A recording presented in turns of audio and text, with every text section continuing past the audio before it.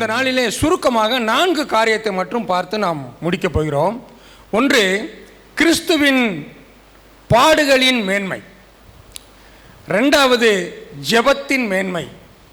3வது, உபவாசத்தின் மேன்மை. 4வது, ஊழியத்தின் மேன்மை. இந்த 4 காரியத்தை நாம் சுருக்கமாக நாம் பார்த்து முடிக்கப் போகிறோம். எனவே பிரியமானவர்களே, நம்முடைய ஆண்டவராகிய இயேசு கிறிஸ்து 2026 வருடங்களுக்கு முன்பதாக இஸ்ரவேலின் தேவனாகிய பரிசுத்தர் பிதாவாகிய தேவன் மனுக்குலத்தின் இரட்சிப்புக்காக இந்த பூமியிலே அவரை பாவிகளை இரட்சிக்க கிறிஸ்து இயேசு உலகத்திலே வந்தார் என்ற வார்த்தை நிறைவேறத்தக்கதான நிலைமையிலே அவரை அனுப்பினார். அவர் வந்து இங்கே அநேக அற்புதங்களையும் அடையாளங்களையும் செய்தார். ஆனால் கடைசியிலே யூதாசின் மூலமாக காட்டி கொடுக்கப்பட்டு அவர் அங்கே அலக்களிக்கப்படுகிறார். கிட்டத்தட்ட 7 இடங்களிலே அவர் விசாரிக்கப்பட்டு கடைசியிலே அவர் என்ன செய்கிறார்? சிலுவிலே அறைய அவரை பிலாத்து ஒப்பு கொடுக்கிறார். ஆனால் யூத ஜனங்களும் போர் சேவகர்களும் அங்கு இருந்த அதிபதிகளும் என்ன நினைத்து கொண்டார்கள்? கர்த்தராகிய இயேசு கிறிஸ்துவை நாங்கள் பிடித்து வாரினால் அடிப்பித்து தலையிலே முள்முடி சூட்டி சிவப்பங்கி அவருக்கு உடுத்தி நாங்கள் சிலுவையிலே அறைந்தோம் என்று சொல்லி அவர்கள் மாறுதிட்டு கொண்டார்கள். ஆனால் அது அல்ல. வாசியுங்கள் அப்போஸ்தலர் நடவடிக்கைகள் 2ஆம் அதிகாரம் 23வது வசனம். விரைவாக சில வசனங்களை வாசிப்பீர்களானால் நமக்கு ஆசீர்வாதமாக இருக்கும். அப்போஸ்தலர் நடவடிக்கைகள் 2ஆம் அதிகாரம் 23வது வசனம். அப்படி இருந்தும் தேவன் நிர்ணயித்திருந்த ஆலோசனையின்படியேயும் அவருடைய முன்னறிவிப்பின்படியேயும் ஒப்பு கொடுக்கப்பட்ட இந்த இயேசுவை நீங்கள் பிடித்து அக்கிரமக்காரருடைய கைகளினாலே சிலுவையில் ஆணியடித்து கொலை செய்தீர்கள் என்று அங்கே நாம் வாசிக்கிறோம்.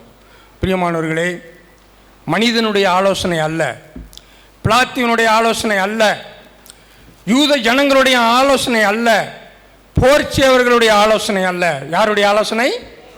அல்லேலூயா! நம்முடைய பிதாவாகிய தேவனுடைய ஆலோசனையின்படியேயும் அவருடைய முன் அறிவிப்பின்படியேயும் நம்முடைய கர்த்தராகிய இயேசு கிறிஸ்துவை என்ன செய்தார்கள்? சிலுவையிலே ஆணியடித்து கொலை செய்தார்கள் என்று சொல்லி பார்க்கிறோம். அது மாத்திரமல்ல, அப்போஸ்தலர் 3:18 வாசிங்க. 3:18. அப்போஸ்தலர் 3:18. கிறிஸ்து பாடுபட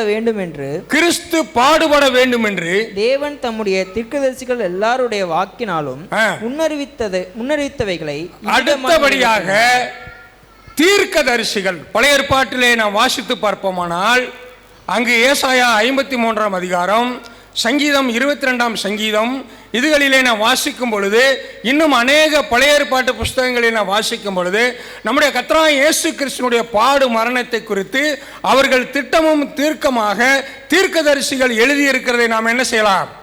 பார்க்கலாம். ஆனால் யூத ஜனங்களுடைய அந்த கூக்குரல் அல்ல,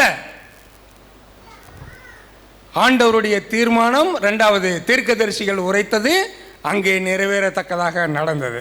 பிரியமான தேவ பிள்ளைகளே, அது மாத்திரமல்ல, நம்முடைய ஆண்டவராகிய இயேசு கிறிஸ்து தன்னுடைய மரணத்தை, தன்னுடைய சிலுவை மரணத்தை, தம்முடைய இந்த பாடுகளை முன்னறிந்திருந்தார். மத்தேயு எழுதின சுவிசேஷம் 20ஆம் அதிகாரம் 18-19 சீக்கிரம் வாசிங்கப்பா. அவரை பரியாசம் பண்ணவும் வாரினால் அடிக்கவும் சிலுவையில் அறையவும் புறஜாதியாரிடத்தில் ஒப்பு கொடுப்பார்கள். ஆகிலும் 3ஆம் நாளில் அவர் உயிரோடு எழுந்திருப்பார் என்றார். அன்று சீசர்களிடத்திலே திட்டமாய் சொன்னார், நாம் எருசலேமுக்கு போகிறோம். அதை 16:21 வாசிங்கப்பா. மத்தேயு 16:21. அது முதல் இயேசு நாம் எருசலேமுக்கு போய் மூப்பராலும் பிரதான ஆசாரியராலும் வேதபாரகராலும் பல பாடுகள் பட்டு உண்டு 3ஆம் நாளில் எழுந்திருக்க வேண்டும் என்பதை நம்முடைய சீசர்களுக்கு சொல்லத் தொடங்கினார். சீசர்கள் அறிந்தார்களா? முதல்ல உணர்ந்தார்களா? பரிசுத்த ஆவியானவர் வந்த பின்னாடி தான் உணர்ந்தாங்க. அதை அவங்க உணரல. சொல்றாரு, வாங்க போலாம் அப்படின்னு சொல்லி போய் அங்க சொல்றாரு, நாம் எருசலேமுக்கு போகிறோம். அங்கே புறஜாதிகளுடைய கையில் என்ன செய்வார்கள்? ஒப்பு கொடுக்கப்படுவார்கள். என்னை பிடித்து அவர்கள் என்ன செய்வார்கள்? வாரினால் அடிப்பித்து கொலை செய்வார்கள் என்று சீசர்களுக்கு சொன்னார். அது என்னமோ அவங்க அவர் கதை சொல்கிற மாதிரி இவங்க நினச்சிக்கிட்டாங்க. அதனால தான் கெச்சமனே தோட்டத்தில் போய் நீங்கள் விழித்திருந்து ஜெபம் பண்ணுங்கன்னு சொன்ன பொழுது அவங்க என்ன செஞ்சாங்க? தூங்குனாங்க. உணர்வில்லை, அவர் உணர்ந்து கொள்ளவில்லை. ஐயோ, நம்முடைய ஆண்டவரை அவர்கள் பிடித்து அவர் கொலை செய்ய போகிறார்களே, நமக்கு முன் அறிவித்திருக்கிறாரே என்று சொல்லி அவர்களிடத்தில் என்ன இல்லை? உணர்வு இல்லை. பிரியமான தேவஜனமே, அவர் பிலாத்துவின் அரமனைக்கு கொண்டு போகப்படுகிறார். கடைசியில் நாம் பார்க்கும் பொழுது யோவான் சுவிசேஷம் 19ஆம் அதிகாரம் 11 வாசிங்க. 1 5 வரைக்கும் வாசிங்க. அப்பொழுது பிலாத்து இயேசுவை பிடித்து வாரினால் அடிப்பித்தான். போர் சேவகர் முள்ளுகளினால் ஒரு முடியை பின்னி அவர் சிரசின் மேல் வைத்து சிறப்பான ஒரு அங்கியை அவருக்கு உடுத்தி யூதருடைய ராஜாவே வாழ்க என்று சொல்லி அவரை கையினால் அடித்தார்கள். பிலாத்து மறுபடியும் வெளியே வந்து, நான் இவனிடத்தில் ஒரு குற்றமும் காணேன் என்று நீங்கள் அறியும்படிக்கு இதோ உங்களிடத்தில் இவனை வெளியே கொண்டு வருகிறேன் என்றான். இன்னொரு கோணத்தில் நாம் சிந்திப்போமானால், இதோ நம்முடைய ஆண்டவராய் இயேசு கிறிஸ்து வெளியே புறப்பட்டு போகிறார். 15ஆம் வசனம் வாசிக்கப்பா. 15வது வசனம். அவர்கள் இவனை அகற்றும் சிலுவையில் அறையும் என்று சத்தமிட்டார்கள். அதற்கு பிலாத்து, உங்கள் ராஜாவை நான் சிலுவையில் அறையலாமா என்றான். பிரதான ஆசாரியர் பிரதியுத்தரமாக, ராயனே அல்லாமல் எங்களுக்கு வேறே ராஜா இல்லை என்றார்கள். ஆண்டவராய் இயேசு கிறிஸ்துவானவர் ராஜாவாக வந்தவரை அவர்கள் என்ன செய்யவில்லை? யூத ஜனங்கள் அறிந்து கொள்ளவில்லை. முதலாவது, அவரோடு கூட உண்டு உறங்கி அவருடைய ஊழியத்திலே அவரோடு கூட இருந்த சீசர்கள் அவரை அறிந்து கொள்ளவில்லை. அங்கு யூத ஜனங்கள் அவரை அறிந்து கொள்ளவில்லை. பிரியமான தேவ பிள்ளைகளே, அவர் என்ன செய்யப்படுகிறார்? தன்னுடைய சிலுவையை சுமந்து கொண்டு அவர் எங்கே போகிறார்? கபாலஸ்தலம் என்கிற இடத்துக்கு புறப்பட்டு போனார் என்று நாம் வாசிக்கிறோம். 17வது வசனம் வாசிங்கப்பா. 17வது வசனம். அவர் தம்முடைய சிலுவையை சுமந்து கொண்டு எபிரேயு பாஷையிலே கொல்கொதா என்று சொல்லப்படும் கபாலஸ்தலம் என்கிற இடத்திற்கு புறப்பட்டு போனார். புறப்பட்டு அங்கே அவர் என்ன செய்தார்கள்? சிலுவையில் அறைந்தார். புறப்பட்டு போனார் என்று பார்க்கும் பொழுது அவர் கெச்சமனே தோட்டத்தில் என்ன செய்தார்? ஊக்கமாக ஜெபித்த பொழுது அவருடைய வேர்வை இரத்தமாக வெளிவந்தது. ஆண்டவராய் இயேசு கிறிஸ்துனுடைய அந்த பாடுகள் கெச்சமனே தோட்டத்திலே துவங்கி கல்வாரி சிலுவை வரைக்குமாக போகும் பொழுது கொஞ்சம் கொஞ்சமாக என்ன செய்கிறது? அவருடைய இரத்தம் தரையிலே விழுகிறது. கொஞ்சம் கொஞ்சமாக. மாம்சத்தின் உயிர் எதில் இருக்கிறது? இரத்தத்திலே இருக்கிறது. நம் ஆண்டவராகிய தெய்வத்தினுடைய அந்த உயிர் கொஞ்சம் கொஞ்சமாக சிலுவை வரைக்கும் போய்கொண்டே இருக்கிறது. பிரியமான தேவஜனமே, அதனால தான் ஏசாயா 53:2 வாசிக்கிறோம். இளங்கிளையை போலவும் வாண்ட நிலத்திலிருந்து துரிக்கிற வேலை போலவும் அவனுக்கு முன்பாக எழும்புகிறார். அவருக்கு நாம் அவரை விரும்பத்தக்க ரூபம் அவருக்கு இல்லாது, அழகும் இல்லை, சௌந்தரியம் இல்லை, வெண்மையும் சிவப்புமானவர், 10,000களில் சிறந்தவர், அழகும் சௌந்தரியமும் உள்ளவர். அப்படிப்பட்ட நம்முடைய கர்த்தராகிய இயேசு கிறிஸ்துவானவர் மனுக்குலத்தின் பாவத்திற்காக, மனுக்குலத்தின் மீட்பிற்காக, மனுக்குலத்தின் ரட்சிப்புக்காக பிதாவை விட்டு பிரிக்கப்பட்ட மனிதனை அவரோடு கூட சேர்த்துக் கொள்வதற்காக இங்கு கல்வாரி சிலுவைக்கு வந்த பொழுது என்ன இல்லை? சொல்லுங்க, என்ன இல்லை? ஆமென். அழகும் இல்லை, சௌந்தரியமும் இல்லை. யோசித்து பார்த்தீங்களா நம்முடைய ரட்சிப்பு எப்படிப்பட்ட ரட்சிப்புன்னு? எப்படிப்பட்ட ரட்சிப்பு? அல்லேலூயா. இவ்வளவு. ஆமென். அதனால தான் நம்முடைய ஆண்டவராய் இயேசு கிறிஸ்து கல்வாரி சிலுவைக்கு சென்றார். அவர் கல்வாரி சிலுவையில் சிந்தின இரத்தத்தினாலே, சொல்லுங்க, ஆமென், பாவ மன்னிப்பாகிய மீட்பை தொங்கிவிட்ட சதைகளிலே மேலாடை போர்த்தி வன் சிலுவை தூக்கி நெடுந்தூரம் பயணம் சென்று நெடுந்தூரம் பயணம் சென்று தங்கமகன் கல்வாரி மலை மீது கொண்டு வந்து தள்ளப்பட்டார்.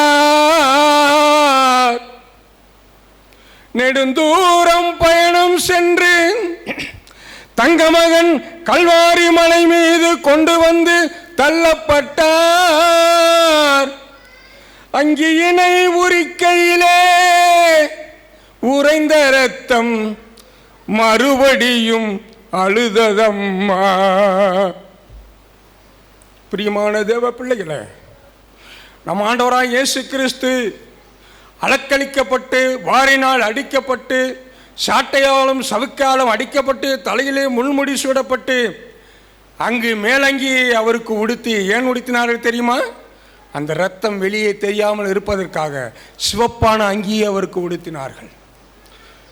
அதை கொண்டு போய் கல்வாரி சிலுவைக்கு அறையப்படுவதற்கு முன்பதாக அந்த அங்கியை கலட்டின பொழுது என்ன செய்தது? உறைந்த இரத்தம்.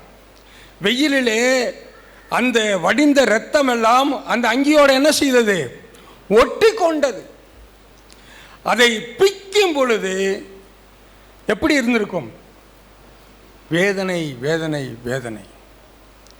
அதனால தான் பக்தன் பாடுகிறான், அங்கியனை உரிக்கும் பொழுது உறைந்த இரத்தம் மறுபடியும் அழுததாம். பிரியமான தேவ பிள்ளைகளே, நம்முடைய ஆண்டவராய் இயேசு கிறிஸ்து நம்மை மீட்டுக்கொள்வதற்காக எத்தனை பாடுகள் அங்கே பட்டார். அதனாலே அவர் அழகும் இல்லை. அதனால தான் 10ஆம் வசனத்தில் வாசிக்கிற 53:10 கர்த்தரோ அவரை நொறுக்க, ஆண்டவராய் இயேசு கிறிஸ்துவை நொறுக்க சித்தமானார். ஏசாயாவில் ஒரு வசனம் இருக்கிறது, உளுந்து கோலினாலும் சீரகம் மிளாற்றினாலும் அடிக்கப்படும். உளுந்த மிளாறுனா தெரியுதா? இப்படி சின்ன குச்சி நீளமாக இருக்கும். தடின்னா உருண்டையா கட்டையா இருக்கும். அதில் அடித்தா இந்த உளுந்து என்ன செய்யும்? நொறுங்கி உளுந்து தனியாக பொட்டு தனியாக வரும். ஆனால் சீரகத்தை தடியில் அடித்தா என்ன செஞ்சிடும்? நொறுங்கி போயிடும்.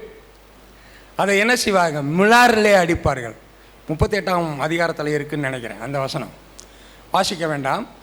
பிரியமானவர்களே, எப்படி மிளாரினாலே சீரகத்தை அடிக்கும் பொழுது நொறுங்கி அங்கு சீரகம் தனியாக குச்சி தனியாக பிரிகிறதோ, அதுபோல நம்முடைய கர்த்தராகிய இயேசு கிறிஸ்துவின் சரீரம் நொறுக்கப்பட்டது நமக்காக. ஒரு நாளும் மறக்கப்படாது. ஒவ்வொரு நாளும் காலையில் எழுந்த உடனே நம்முடைய ரட்சிப்பின் மேன்மையை நாம் உணர்ந்து கொள்ள வேண்டும். எவ்வளவு இந்த வெயிலின் கொடுமையை தாங்க முடியவில்லை, நாம் என்ன செய்யலாம்? அந்த நரக தண்டனையை, வேதனையை அனுபவிக்க முடியுமா? முடியாது. அதிலிருந்து நம்மை விடுதலை ஆக்கியிருக்கிறார். நாம் ஒவ்வொரு நாளும் அவருக்கு ஸ்தோத்திரம் செலுத்த வேண்டியவர்களாக காணப்படுகிறோம். இதுதான் நம்முடைய கர்த்தராகிய இயேசு கிறிஸ்துவினுடைய பாடு மரணத்தின் மேன்மை. இரண்டாவதாக நாம் பார்க்க பொழுது ஜெபத்தின் மேன்மையை குறித்து நாம் பார்க்க போகிறோம். நாம் ஜெபிப்பதின் மேன்மை. பிரியமான தேவ பிள்ளைகளே, நாம் ஜெபத்தை ஒரு நாளும் தள்ளக்கூடாது. காலையிலும் மாலையிலும் நாம் ஜெபிக்க வேண்டும். நமக்கு கஷ்டங்கள் இருக்கிறது, துன்பங்கள் இருக்கிறது, பாடுகள் இருக்கிறது, பிரச்சனைகள் இருக்கிறது, போராட்டங்கள் இருக்கிறது. அதன் மத்தியிலே என்ன இருக்கிறது? தேவ பலன். அல்லேலூயா. அதனால தான் சொன்னார் அப்போஸ்தலனாகிய பவுல், என்னை பலப்படுத்துகிற கிறிஸ்துவினாலே எல்லாவற்றையும் செய்ய எனக்கு ஆமென் பலன் உண்டு. அதன் மத்தியிலே நாம் ஜெபிக்க வேண்டும். 2024 ஜூன் மாதம் எனக்கு ஹார்ட் அட்டாக் வந்துச்சு. 2 சென்ட் வச்சுருக்காங்க. ஒரு 3 மாதம் வீட்டில் இருந்தேன். அந்த 3 மாதமும் ஐயா வந்து அங்கே ஆராதனை நடத்திட்டு போவார். 1984 என்னுடைய உண்மையான பெயர் காளியப்பன். இந்து குடும்பத்திலிருந்து வந்தவன். வைராக்கியமான இந்து குடும்பத்தில் இருந்து பிறந்து வளர்ந்த நான் ஆண்டவராய் இயேசு கிறிஸ்துவை சொந்த இரட்சகராக ஏற்றுக்கொண்டதில் முதல் இருந்து வைராக்கியமாக ஒவ்வொரு வாரமும் ஆண்டவரை தேடி நாங்கள் எங்கே போவோம்? ஆராதனைக்கு போவோம். ஆராதனையை நாம் என்ன செய்யக்கூடாது? விட்டுவிடக்கூடாது. சபை கூடி வருதலை சிலர் விட்டு விடுகிறது போல நாம் என்ன செய்யக்கூடாது? விட்டுவிடக்கூடாது. அதுபோல் ஜெபத்தையும் விட்டுவிடக்கூடாது. எனக்கு விவரம் தெரிய 3 ஆராதனை தான் இந்த 40 வருட காலமாக நான் போக முடியாது, நடக்க முடியாத சூழ்நிலை இருந்தால் தான் நான் ஆராதனை போகாமல் இருப்பேன். இல்லை என்றால் அது எவ்வளவு பெரிய வருமானம் வந்தாலும் எல்லாம் தள்ளி ஆராதனையை முக்கியத்துவம் நாம் கொடுக்க வேண்டும். கர்த்தர் அதற்குரிய ஆசீர்வாதத்தை நமக்கு தருவார். அதனால் பிரியமான தேவ பிள்ளைகளே, ஜெபம் என்பது நம் ஆண்டவராகிய தெய்வம் அவரோடு கூட நாம் என்ன செய்கிறது, இடைப்பட்டு பேசுகிறதாக. பிரியமானவர்களே, நீங்கள் எழுதிக்கங்க, நீ வீட்டில் போய் அந்த வசனங்கள்லாம் வாசிச்சுக்கோங்க. முதலாவது அந்தரங்கமான ஜெபம். என்ன ஜெபம்? அந்தரங்கமாக நம்ம ஜெபம் பண்ணணும், யாருக்கும் தெரியாமல் அந்தரங்கமான ஜெபம். வசனத்தோடு தான் நான் சொல்கிறேன், நீங்கள் எழுதிக்கங்க. மத்தேயு எழுதின சுவிசேஷம் 6ஆம் அதிகாரம் 6வது வசனம், அந்தரங்க ஜெபம். 2வது போராடி ஜெபிக்கிற ஜெபம். அது ஆதியாகமம் 32ஆம் அதிகாரம் 26, 28 வரைக்கும் உள்ள வசனங்கள். யாக்கோப்பு தூதனோடு என்ன செய்தார்? போராடி ஜெயம் பெற்றார். நாம் என்ன செய்ய வேண்டும்? ஜெபத்தில் போராட வேண்டும், ஆண்டவரோடு கூட போராட வேண்டும். நாம் என்ன செய்ய வேண்டும்? போராடி ஜெபிக்க வேண்டும். 3வதாக கண்ணீரின் ஜெபம். அன்னாள் என்ன செய்தார்? மனம் கசந்து அழுது தேவ சமூகத்தில் தன்னை ஊற்றி ஜெபித்த பொழுது அவளுக்கு அங்கே கிடைத்தது. அது 1 சாமுவேல் 1ஆம் அதிகாரம் 10வது வசனத்தில் வாசிக்கிறோம். இன்னொன்று பொருத்தனை ஜெபம். நமக்கு ஏதாவது ஒரு காரியங்கள் நடைபெற வேண்டுமானால் நாம் என்ன செய்ய வேண்டும்? பொருத்தனை பண்ணி தேவ சமூகத்திலே ஜெபம் பண்ணணும். உபாகம புஸ்தகம் 23ஆம் அதிகாரம் 21லிருந்து 23 வரைக்கும் உள்ள வசனங்களை நீங்கள் வாசித்து பார்ப்பீர்களால் பொருத்தனை ஜெபம் எதற்காக என்று சொல்லி அங்கே எழுதப்பட்டிருக்கிறது. அது மாத்திரமல்ல, ஸ்தோத்திரத்தோடு கூடிய ஜெபம். 5வது ஸ்தோத்திரத்தோடு கூடிய ஜெபம். பிலிப்பியர் 4:6 நம்ம எல்லாருக்கும் தெரிந்தது. ஸ்தோத்திரத்தோடு கூடிய எல்லா வேண்டுதலினாலும் விண்ணப்பத்தினாலும் தேவனுக்கு தெரியப்படுத்துங்கள். அது 5வதாக ஜெபம். 6வது ஜெபம் விழித்திருந்து செய்யும் ஜெபம். விழித்திருந்து செய்யும் ஜெபம். பிரியமானவர்களே, 6வதாக விழித்திருந்து மத்தேயு எழுதின சுவிசேஷம் 26ஆம் அதிகாரம் 38லிருந்து 41 வசனங்களை நாம் அங்கே வாசித்து பார்ப்போமானால், சீசர்களோடு கூட அங்கு சொல்லுகிறார், நீங்கள் 1 மணி நேரமாவது என்னோடு கூட விழித்திருக்கக்கூடாதா என்று சொல்லுகிறார். அடுத்து 7வதாக விசுவாசம் உள்ள ஜெபம். மத்தேயு எழுதின சுவிசேஷம் 21ஆம் அதிகாரம் 22வது வசனம், நீங்கள் விசுவாசம் உள்ளவர்களாய் ஜெபத்தில் எவைகளை கேட்பீர்களோ அவைகள் உங்களுக்கு கொடுக்கப்படும். யாக்கோப்பு 5:14-15 விசுவாசம் உள்ள ஜெபம் பிணியாளியை ரட்சிக்கும். அது விசுவாசம் உள்ள ஜெபம். 8வதாக உபவாச ஜெபம். உபவாசித்து ஜெபிக்கிறது சாதாரண காரியம் அல்ல, பயங்கரமான மேன்மையான காரியம். கர்த்தர் உடனடியாக அதுக்கு பதில் கொடுப்பார். எஸ்ரா 8ஆம் அதிகாரம் 21-23. எஸ்ரா புஸ்தகத்திலே 8ஆம் அதிகாரம் 21-23. அடுத்து நெகேமியா 1:4. அந்த அலங்கம் இடிபட்டு கிடங்கிறதை பார்த்து அவர் என்ன செய்தார்? சில நாளாய் துக்கித்து உபாசித்து அங்கு ஜெபித்தார் என்று சொல்லி பார்க்கிறோம். 9வது பாவ அறிக்கை ஜெபம். நம்ம அதை செஞ்சோம், எனக்கு ரொம்ப பிரியமாக இருந்துச்சு. அது பாவ அறிக்கை ஜெபம். நெகேமியா 6:7 நானும் என் தகப்பன் வீட்டாரும் பாவம் செய்து. தப்பு இல்லை, நம்ம கர்த்தருடைய சமூகத்தில் பாவம் அறிக்கை செய்து ஜெபம் பண்ணணும். 2 நாளாகமம் 7:14 2 வசனங்களிலும் நாம் பாவ அறிக்கை ஜெபத்தை குறித்து பார்க்குறோம். 10வதாக ஊக்கமான ஜெபம். ஊக்கத்தோடு பலத்தோடு நம்ம என்ன செய்ய வேண்டும்? ஜெபிக்க வேண்டும். ஊக்கமான ஜெபம். லூக்கா எழுதின சுவிசேஷம் 22ஆம் அதிகாரம் 44வது வசனம், நம்ம ஆண்டவராகிய தேவன் ஊக்கத்தோடு என்ன செய்தார்? ஜெபம் பண்ணினார். அப்போஸ்தலர் நடவடிக்கைகள் 12ஆம் அதிகாரம் 5வது வசனத்தில் நான் பார்க்கும் பொழுது, பேதுரு சிறைச்சாலையில் இருந்த பொழுது அங்கு சபையார் என்ன செய்தார்கள்? ஊக்கமாக ஜெபம் பண்ணினார்கள். அதனால் ஊக்கமான ஜெபம். யாக்கோப்பு 5:16 நீதிமான் செய்யும் ஊக்கமான ஜெபம் மிகவும் பலனுள்ளதாய் இருக்கும் என்று அங்கே நாம் வாசிக்கிறோம். அடுத்து ஒருவருக்காக ஒருவர் ஜெபம். ஒருவருக்காக ஒருவர் என்ன செய்ய வேண்டுமா? ஜெபிக்க வேண்டும். ஒருவருக்காக ஒருவர் ஜெபிக்க வேண்டும். அது யாக்கோப்பு 5:16 வாசிக்கிறோம். அப்போஸ்தலனாகிய பவுல் சொல்கிறார், சகோதரரே எங்களுக்காக வேண்டிக் கொள்ளுங்கள். அது 1 தெசலோனிக்கர் 5:25, 2 தெசலோனிக்கர் 3:2, எபிரேயர் 13:18 அங்கெல்லாம் வாசிக்கிறோம். அப்போஸ்தலனாகிய பவுல் சொல்கிறார், எங்களுக்காக வேண்டிக் கொள்ளுங்கள். அதுதான் நான் ஒருவருக்காக ஒருவர். நம்ம சபையில் இருக்கிற எல்லாருடைய பேரும் நமக்கு தெரிஞ்சிருக்கணும். சின்ன பிள்ளைகளிலிருந்து பெரிய ஆளுகள் வரைக்கும் எல்லாருடைய ஊழியக்காரர் குடும்பம் எல்லாருடைய பேரும் நமக்கு தெரிஞ்சிருக்கணும். நம்ம எதுக்கு சொல்லி ஜெபம் பண்ணணும். அடுத்து கருத்தாய் ஜெபம். 12 கருத்தான ஜெபம். அந்த பாடியுள்ள மனிதனாகிய எலியா என்ன செய்தார்? கருத்தாக. அடுத்து தனி ஜெபம். 14வது ஜெபம் தனி ஜெபம். மத்தேயு எழுதின சுவிசேஷம் 14:23. நம்ம ஆண்டவர் என்ன செய்தார்? மலையின் மேல் ஏறி தனித்திருந்து ஜெபம் பண்ணினார். எல்லாமே நம்முடைய ஆண்டவர் கொடுத்த அந்த அடிச்சுவடைத்தான் நாம் பின்பற்றி போகிறோம். புதிதாக ஒன்றுமில்லை, எல்லாம் வேதம் நமக்கு கற்றுக் கொடுக்கிற காரியம்தான். அதை தனித்து ஜெபம். அடுத்து குடும்ப ஜெபம். இதுதான் முக்கியமான ஜெபம், குடும்ப ஜெபம். நானும் என் வீட்டாருமாவென்றால் யோசுவா 24:15, அப்போஸ்தலர்கள் 10:2. அந்த கொர்நேலியு என்ன செய்தார்? தன் வீட்டார் அனைவரோடும் ஜெபத்திலே அவர் தரித்திருந்தார். கடைசியாக கெஞ்சுதலின் ஜெபம். நம்ம எப்படி ஜெபம் பண்ண வேண்டுமா? கெஞ்சி. சின்ன பிள்ளைய நம்மகிட்ட கேட்கும்ல, அப்பாப்பா அம்மா எனக்கு எப்படியாவது என்ன செய்யுங்க, இந்த சாக்லேட் வாங்கி கொடுங்க, அது வாங்கி கொடுங்க, இதை வாங்கி கொடுங்கன்னு கெஞ்சுவாங்க இல்லையா? அது மாதிரி நம்முடைய ஆண்டவராகிய தெய்வத்தினிடத்தில் நம்ம என்ன செய்ய வேண்டும்? கெஞ்ச வேண்டும். அதை மாத்திரம் நாம் பார்த்து அடுத்து நாம் கடந்து செல்வோம். கெஞ்சுதலின் ஜெபம் என்று சொல்லும் பொழுது மல்கியா தீர்க்கதரிசியின் புஸ்தகம் 1ஆம் அதிகாரம் 19வது வசனத்தை வாசிக்கலாம். இப்போதும் தேவனுடைய சமூகத்தை நோக்கி கெஞ்சுங்கள், அப்பொழுது நம்மேல் இறங்குவார். இது உங்களாலே வந்த காரியம், அவர் உங்களை அங்கீகரிப்பாரோ என்று சேனைகளின் கர்த்தர் கேட்கிறார். போதும், கெஞ்சுங்கள். இப்போதும் என்ன செய்யுங்கள்? கெஞ்சுங்கள். இது ஜெபத்தின் மேன்மை, ஜெபத்தின் மேன்மை. இரண்டாவதாக யோவேல் தீர்க்கதரிசன புஸ்தகம் 2ஆம் அதிகாரம் 15வது வசனம்.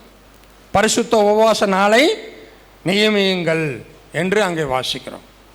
நம்முடைய சபையிலே உபவாச கூடுகை இருக்க வேண்டும். நாங்கள் ரட்சிக்கப்பட்ட காலங்களிலே அங்கிருந்து இரவு ஜெபத்துக்கு சைக்கிளிலே மதுரைக்கு வருவோம், 45 கிலோமீட்டர். உங்களால் நம்ப முடியுமா? அப்போ வாலிப வயசு. உபவாச கூட்டத்திற்கு இரவு ஜெபத்திற்கு ஐயா செரீனையா இருந்த காலத்தில் அங்கேருந்து நானும் முருகையாவும் எங்கள் ஊரில் இருந்து கிட்டத்தட்ட 45 கிலோமீட்டர், 47 கிலோமீட்டர்னு நினைக்கிறேன். அங்கே நாங்கள் சைக்கிளில் வருவோம். எவ்வளோ ஆர்வமாக இருக்கும். இரவு ஜெபம் முடித்து சைக்கிளில் போவோம். இன்னைக்கு இரவு ஜெபம் அநேக சபைகளிலே இல்லை, சொல்லப்போனால் இல்லை. ஏற்படுத்துங்கள், உபவாச ஜெபத்தை கூட்டுங்கள். உபவாசித்து ஜெபிக்கும் பொழுது நம்முடைய ஆண்டவராகிய தெய்வம் நம்மை என்ன செய்வார்? அதிகமாய் ஆசீர்வதிப்பார். அதனால தான் ஆண்டவராக இயேசு கிறிஸ்து சொன்னார், நீங்கள் உபவாசம் பண்ணும் பொழுது எப்படி இருக்கக்கூடாது? முகவாடலாய். வசனத்தை சொல்கிறேன், எழுதிக்கிங்க, நீங்கள் உங்களுக்கெல்லாம் தெரியும். 6ஆம் அதிகாரம் மத்தேயு எழுதின சுவிசேஷம் 16, 17, 18. நாம் தலைக்கு எண்ணெய் பூசி எப்படி இருக்கணும்? இப்படி இருக்கணுமா? நல்லா விழிப்பாக இருக்கணும். உபவாசம் இருந்தாலும் நம்ம எப்படி இருக்கணும்? விழிப்பாக இருக்கணும். அதனால் பழைய ஏற்பாட்டு காலத்தில் எதுக்காக உபவாசம் பண்ணாங்க தெரியுமா? பழைய ஏற்பாட்டு காலத்தில் ஏசாயா தீர்க்கதரிசி புஸ்தகம் 58ஆம் அதிகாரம் 3லிருந்து 5 வரைக்கும் வாசிங்க. நாங்கள் உபவாசம் பண்ணும்போது நீர் நோக்காமல் இருக்கிறது என்ன? நாங்கள் எங்கள் ஆத்துமாக்களை ஒடுக்கும் போது ஆண்டவருக்கு என்ன செய்யறான்? கேள்விக்கு ஆமா, ஆண்டவரத்துல கேள்வி கேட்கிறான். சொல்லுங்க, வாசிங்க. நாங்கள் எங்கள் ஆத்துமாக்களை ஒடுக்கும் போது நீர் அதை அறியாமல் இருக்கிறது என்ன என்கிறார்கள். இதோ நீங்கள் உபவாசிக்கும் நாளிலே உங்கள் இச்சையின்படி நடந்து உங்கள் வேலைகளை எல்லாம் கட்டாயமாய் செய்கிறீர்கள். அடுத்து வாசிங்க. இதோ வழக்குக்கும் வாதுக்கும் துஷ்ட தனத்தையுடைய கையினால் குத்துகிறதற்கும் உபவாசிக்கிறீர்கள். நீங்கள் உங்கள் கூக்குரலை உயரத்திலே கேட்க பண்ணும்படியாய் இந்நாளில் உபவாசிக்கிறது போல் உபவாசியாதிருங்கள். அவன் தன்னுடைய இச்சையை நிறைவேற்றுகிறதுக்கு உபவாசிக்கிறாங்க. ஆனால் பிரியமானவர்களே, நாம் உபவாசிக்கும் பொழுது நாம் என்ன செய்ய வேண்டும் என்று சொன்னால், அந்த 6:7 வாசிங்கப்பா. ஏசாயா 58:6-7. அக்கிரமத்தின் கட்டுகளை அவிழ்க்கிறதும் நுகத்தடியின் பிணையல்களை நெகிழ்கிறதும் நெருக்கப்பட்டு இருக்கிறவர்களை விடுதலையாக்கி விடுகிறதும் சகல நுகத்தடிகளையும் உடைத்து போடுகிறதும் பசியுள்ளவனுக்கு உன் ஆகாரத்தை பகிர்ந்து கொடுக்கிறதும் துரத்துண்ட சிறுமையானவர்களை வீட்டிலே சேர்த்து கொள்கிறதும் வஸ்திரம் இல்லாதவனை கண்டால் அவனுக்கு வஸ்திரம் கொடுக்கிறதும் உன் மாம்சமானவனுக்கு உன்னை ஒழிக்காமல் இருக்கிறதும் அல்லவோ எனக்கு உகந்த உபவாசம். ஆமென். வஸ்திரம் இல்லாதவனுக்கு என்ன செய்யணும்?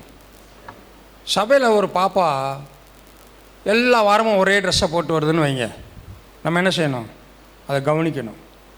சபையில் ஒரு தம்பி எல்லா வாரமும் ஒரு பழைய சட்டையை போட்டுக்கிட்டே வராருன்னு வச்சுங்க, அதை நம்ம கவனிக்கணும். கர்த்தர் நம்முடைய கரங்களிலே கொடுக்கும்போது அவருக்கு என்ன செய்யணும்? சட்டை எடுத்து கொடுக்கணும்.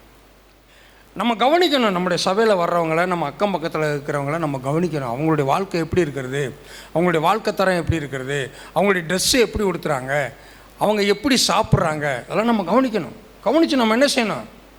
ஒன்றும் கொண்டு வந்ததும் இல்லை. ஒரு நாள் வச்சு அழுவேன், 2வது நாள் என்ன செஞ்சிருவாங்க? தூக்கி புதைச்சிட்டு ஸ்தோத்திர கூட்டம் போட்டுருவேன். போட்டு கெடா வெட்டி, இப்போ நம்ம ஆளுங்க அது ஒரு பேசணு. 40வது நாள் என்ன செஞ்சிருவேன்? கறி சாப்பிட்டு அல்லேலியா சொல்லிட்டு போயிடுவேன். அதனால் நம்ம ஒன்றும் பிடிச்சி வைக்க வேணாம். பிடிச்சி வச்சிங்கன்னா பறந்துடும், விட்டிங்கன்னா திரும்ப வரும். பிடிச்சி வச்சா என்ன செஞ்சிடும்? பறந்துடும், விட்டோம்னா திரும்ப வரும். அதனால தான் எங்கிட்ட சொன்னேன், உன் ஆகாரத்தை பசி உள்ளவனுக்கு உன் ஆகாரத்தை பகிர்ந்து கொடுக்கிறதும் துரத்துண்ட சிறுமியானவர்களை வீட்டிலே சேர்த்து கொள்ளுகிறதும் வஸ்திரம் இல்லாதவனை கண்டால் அவனுக்கு வஸ்திரம் கொடுக்கிறதும் உன் மாம்சமானவனுக்கு உன்னை ஒழித்து கொள்ளாமல் இருக்கிறதும் அல்லவோ எனக்கு. ஆமாம், நமக்கு நல்லா தெரியும். ஒரு தரித்திரப்பட்ட ஒரு சகோதரன் சரி பிரதர்கிட்ட போய் ஒரு 100 ரூபா வாங்கிட்டு வரலான்ட்டு வருவார். ஆனால் அம்மாட்ட அவர் என்ன சொல்லிட்டு ஒளிஞ்சிக்கிடுவார். இந்த அவர் வர்றாரு, அதுக்கு தான் வருவார், அதனால் இன்னும் இல்லைன்னு சொல்லிடு. எவ்வளோ வாப்பட்ட நீ அவனுக்கு மறைக்கலாம், ஆண்டவருக்கு மறைக்க முடியுமா? மறைக்க முடியுமா? அதனால் அங்கே இந்த வசனத்தின்படி உன்னை ஒழித்து கொள்ளாமல் இருக்கிறதும் அல்லவோ எனக்கு உகந்த. நாம் இப்படி உபவாசம் பண்ணி ஆண்டவருடைய சமூகத்தில் நாம் ஜெபிக்கும் பொழுது, நாம் பாவ அறிக்கை செய்து நாம் ஜெபிக்கும் பொழுது ஆண்டவர் என்ன செய்வாராம்? 58:9 வாசிங்க. ஏசாயா 58:9. அப்பொழுது நீ கூப்பிடுவாய், கர்த்தர் மறு உத்தரவு கொடுப்பார். அல்லேலூயா. கர்த்தர் என்ன செய்வார்? மறு உத்தரவு கொடுப்பார். இந்த உபவாசத்தின்படி, ஆண்டவராகிய தெய்வத்தினுடைய வார்த்தையின்படி நாம் செய்து வாழ்ந்து நடந்து நாம் ஜெபிக்கும் பொழுது, திரும்ப வாசிங்க அந்த வசனத்தை. 9. அப்பொழுது நீ கூப்பிடுவாய், கர்த்தர் மறு உத்தரவு கொடுப்பார். நீ சத்தமிடுவாய், இதோ நான் இருக்கிறேன் என்று சொல்லுவார். நான் இருக்கிறேன் என்று சொல்லுவார். இதோ நான் இருக்கிறேன், பயப்படாதே. ஆகார் அழுத பொழுது இருக்கிறேன், பயப்படாதே. அடுத்து சொல்லுவார், நுகத்தடியையும் விரல் நீட்டுதலையும் நிபச் சொல்லையும் நீ உன் நடுவிலிருந்து அகற்றி ஒருவனும் நம்மளை கை நீட்ட முடியாது. அல்லேலூயா. பசியாக இருக்கா? நான்லாம் 12:30 சாப்பிடணும். பாப்பாட்ட 2 பிஸ்கட் வாங்கி சாப்பிட்டுருப்பேன். அதனால் முடிச்சிடலாம். தம்பி டைம் மீறிடுச்சு, முடிக்க போகிறோம். அதனால் பிரியமான தேவனுடைய பிள்ளைகளை, கர்த்தர் நம்முடைய கூப்பிடுதல் என்ன செய்வார்? கேட்பார். 8வது வசனம் வாசிங்கப்பா. அப்பொழுது இந்த உபவாசத்தினாலே, உபவாச ஜெபத்திற்கு வருகிறதுனாலே, நாம் இந்த வசனத்தின்படி ஜெபிக்கிறதுனால நமக்கு கிடைக்கிற ஆசீர்வாதங்கள். அப்பொழுது விடியற்கால வெளுப்பை போல உன் வெளிச்சம் எழும்பி உன் சுக வாழ்வு சீக்கிரத்தில் துளிர்த்து போதும். அல்லேலூயா சொல்லுங்க. நம்முடைய சுக வாழ்வு என்ன செய்யுமா? துளிர்க்கும். மங்கி போகாது, குன்றி போகாது, துளிர்க்கும். அல்லேலூயா. வாசிங்கப்பா. உன் சுகவாழ்வு சீக்கிரத்தில் துளிர்த்து உன் நீதி உனக்கு முன்னாலே செல்லும். கர்த்தருடைய மகிமை உன்னை பின்னாலே காக்கும். அல்லேலூயா. ஆதாமின் மூலமாக இழந்து போன தேவ மகிமை இன்றைக்கு கிறிஸ்து இயேசுவின் மூலமாக நமக்கு கொடுக்கப்பட்டிருக்கிறது. கர்த்தருடைய மகிமை நம்ம என்ன செய்யுமா? உன்னை பின்னாலே காக்கும். 10வது வசனம். பசியுள்ளவனிடத்தில் உன் ஆத்மாவை சாய்த்து சிறுமைப்பட்ட ஆத்மாவை திருப்தியாக்கினால் அப்பொழுது இருளில் உன் வெளிச்சம் உதித்து உன் அந்தகாரம் மத்தியானத்தை போலாகும். அந்தகாரத்தினின்று ஆச்சரியமான ஒளியினிடத்திலே இருளின் அதிகாரத்திலிருந்து விடுதலையாக்கி அன்பின் குமாரனுடைய ராஜ்யத்திலே நம்மை சேர்த்திருக்கிறார். அதைத்தான் இங்கே அவர் சொல்ல, அந்தகாரம் மத்தியானத்தை போலாகும். நமக்கு ஒரு அந்தகாரமே இனி இல்லை. மறைவிடமும் உண்டு மன்னனின் ஜனத்திற்கு, குறை விசாரிக்கும் கோபத்தின் நாளிலே அறைக்குள் மறைந்து ஆனந்திக்கும் சபை, ஆனந்திக்கும் சபையே. ஆண்டவர் கர்த்தர் தாமே ஆரவாரத்தோடும் பிரதான தூதனுடைய சத்தத்தோடும் தேவ எக்காலத்தோடும் வானத்தில் இருந்து இறங்கி வருவார். கிறிஸ்துக்குள் மரித்தவர்கள் முதலாவது எழுந்திருப்பார்கள், பின்பு உயிரோடு இருக்கு நாம் அவருக்கு. அல்லேலூயா. நாம் போக போகிறோம். நாம் இந்த நாட்டுக்கு சொந்தக்காரர்கள் அல்ல. அதனாலே நாம் ஒருவரை ஒருவர் இந்த வார்த்தையினாலே தேற்றுங்கள் என்று தெசலோனிக்கே நிருபத்திலே வாசிக்கிறோம். எனவே பிரியமானவர்களே, நம்முடைய அந்தகாரம் மத்தியானத்தை போல இருக்கும். உபவாசத்தின் மேன்மையை பாருங்கள். அசட்டை பண்ணாதீர்கள். உபவாசத்திலே கலந்து கொள்ளுங்கள். கர்த்தருடைய சமூகத்திலே விழுந்து கிடங்கள், ஒப்பு கொடுங்கள், கெஞ்சுங்கள். அப்பொழுது கர்த்தர் நித்தமும் உன்னை நடத்தி. 11வது வசனம். கர்த்தர் நித்தமும் உன்னை நடத்தி மகா வறட்சியான காலங்களில் ஆத்மாவை திருப்தியாக்கி உன் எலும்புகளை நினைவுள்ளதாக்குவார். நீ நீர்ப்பாய்ச்சலான தோட்டத்தை போலவும் வற்றாத நீரூற்றை போலவும் இருப்பாய். கொரோனா காலத்தில் நம்ம யாராவது பசியாக இருந்திருக்கோமா? என்ன பாப்பா? எத்தனையோ பேர் செத்தான், சாப்பாடு இல்லாமல் செத்தான், கொரோனா வந்து செத்தான். ஆண்டவர் நமக்கு ஏதாவது குறை வச்சாரா? அதான் அந்த வசனம்.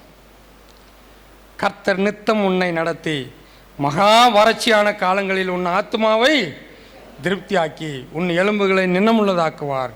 நீ நீர்ப்பாய்ச்சலான தோட்டத்தை போலவும் வற்றாத நிலத்திலே. பிரியமான தேவ பிள்ளைகளே, நான் 3 காரியம் பார்த்தோம். 1, கர்த்தராகிய இயேசு கிறிஸ்துவினுடைய பாடு மரணத்தின் மேன்மை. 2, ஜெபத்தின் மேன்மை.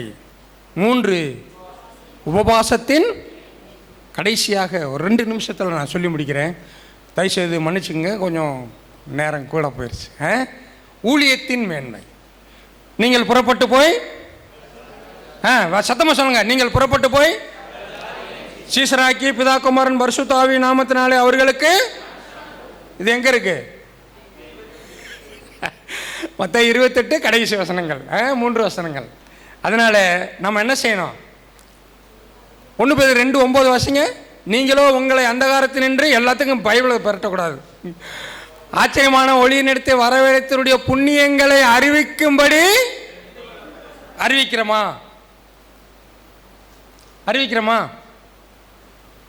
அது ஊழியக்காரருடைய வேலை பிரதர். சும்மா போறவன்ட்ட இயேசு கிறிஸ்துவனை நேசிக்கிறான்னு சொல்லுங்க, ரட்சிக்கப்படுவேன். வேலை செய்கிற இடத்துல ஆண்டவரை பற்றி சொல்லுங்க, ரட்சிக்கப்படுவேன். பிரியமானவர்களே, மேய்ப்பனுடைய வேலை என்ன? ஒரு மந்தை இருக்கு, ஒரு 100 ஆடு இருக்கு. அந்த மேய்ப்பனுடைய வேலை என்ன? உங்களுக்கு போஜனம் கொடுக்கணும். என்ன போஜனம்? ஆவிக்குரிய போஜனம். இதெல்லாம் மேய்ப்பனுடைய வேலை. பட்டி பெருகணும்னு என்ன செய்யணும்? இப்போ நம்ம ஒரு 10 ஆடு வச்சுருக்கோம். அந்த ஆடு 100 ஆடு ஆகணும். என்ன செய்யணும்? ஆடுகள்லாம் என்ன செய்யணும்? நீங்கள் எத்தனை ஆடு உட்காந்துருக்கு? குட்டி போட்டிருக்கோமா? ஆவிக்குரிய பிள்ளைகள், விசுவாச மக்கள், புதிய விசுவாசிகள், புதிய ரட்சிக்கப்பட்ட ஜனங்கள்.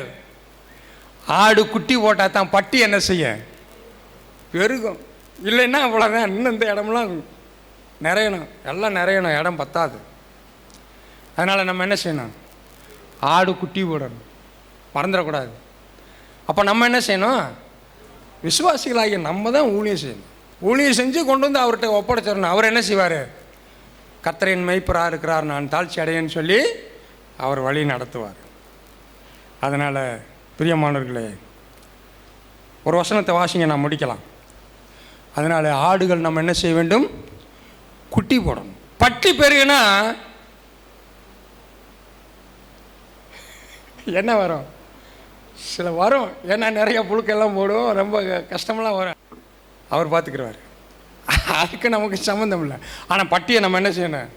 பெருக்கணும். நம்ம பட்டிக்குள்ளே ஆட்டை கொண்டு வர்றது நம்ம வேலை. அல்லேலூயா. ஆமாம், இன்னையிலேருந்து நீங்கள் ஒவ்வொருத்தரும் என்ன செய்யுங்க? நான் ரட்சிக்கப்பட்ட காலத்தில் ஓடி ஓடி அநேக குடும்பங்களை கிறிஸ்துவுக்குள்ளே கொண்டு வந்தேன். இன்றைக்கி எனக்கு அது ரொம்ப சந்தோஷமாக இருக்குது. நீங்கள் செஞ்சு பாருங்களேன், ஊழியம் செஞ்சு பாருங்களேன், கர்த்தர் எங்கேயோ கொண்டு போயிடுவார்.